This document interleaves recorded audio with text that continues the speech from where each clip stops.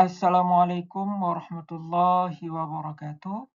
Berikut tugas Learning Journal Agenda 1 terkait dengan wawasan kebangsaan dan aksi bela negara. Biodata peserta, saya Mahalil Ridwan, NDH 14, kelompok 2 angkatan ke-17, unit kerja KIP Kabupaten Aceh Tamiang.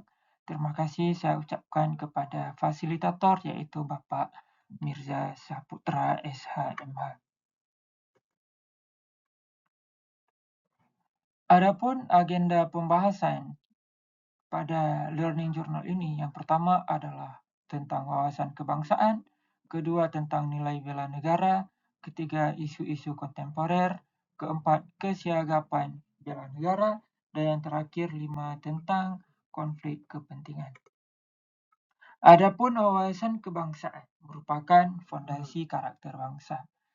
Wawasan kebangsaan merupakan cara pandang suatu bangsa terhadap diri dan lingkungannya berdasarkan nilai-nilai luhur sebagai pedoman dalam kehidupan bermasyarakat, berbangsa, dan bernegara. Adapun pemahaman mendalam terkait dengan sejarah bangsa, Pancasila, Undang-Undang Dasar 1945, wawasan Nusantara, dan rasa cinta tanah air, kebanggaan sebagai warga negara, empati dalam beragama, dan kesiapan bertindak nyata, berpartisipasi, menaati hukum, dan berkontribusi pada kemajuan. Nilai-nilai wawasan kebangsaan ada 5. Yang pertama, persatuan dan kesatuan, kemandirian bangsa, Bhinneka Tunggal Ika, demokrasi Pancasila, dan keadilan sosial. Yaitu kepentingan bangsa di atas golongan, berdiri di atas kekuatan sendiri, keberagaman sebagai kekuatan, musyawarah mufakat secara kolektif, dan pemerataan hak dan kesejahteraan.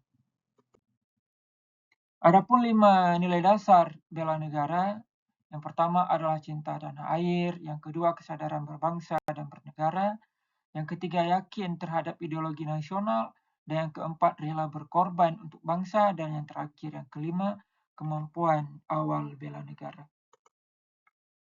Adapun isu-isu kontemporer terhadap tantangan ketahanan nasional, yang pertama adalah hoax dan disinformasi, yaitu dapat memecah belah masyarakat, mendelegitimasi institusi negara, dan mengganggu stabilitas negara. Dan isu yang kedua adalah eksploitasi sumber daya alam, yaitu dapat menimbulkan kerusakan ekologis, ketimpangan distribusi manfaat, ancaman ketahanan pangan.